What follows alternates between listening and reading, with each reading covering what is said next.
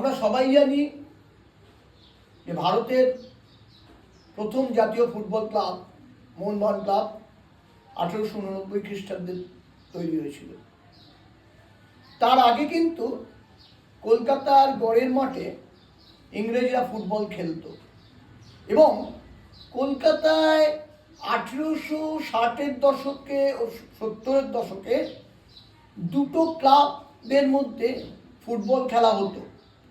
প্রথম ক্লাবটা ছিল Calcutta football club, যে ক্লাবটা তৈরি হয়েছিল 1845 সালে, যার সেক্রেটারি ছিল G.A.R. হার্ট।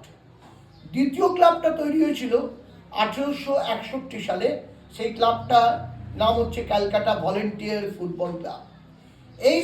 এর যে সেক্রেটারি ছিলেন, সেই সেক্রেটারি ছিলেন G.H.R. হার্ট এবং A. ক্যালবার।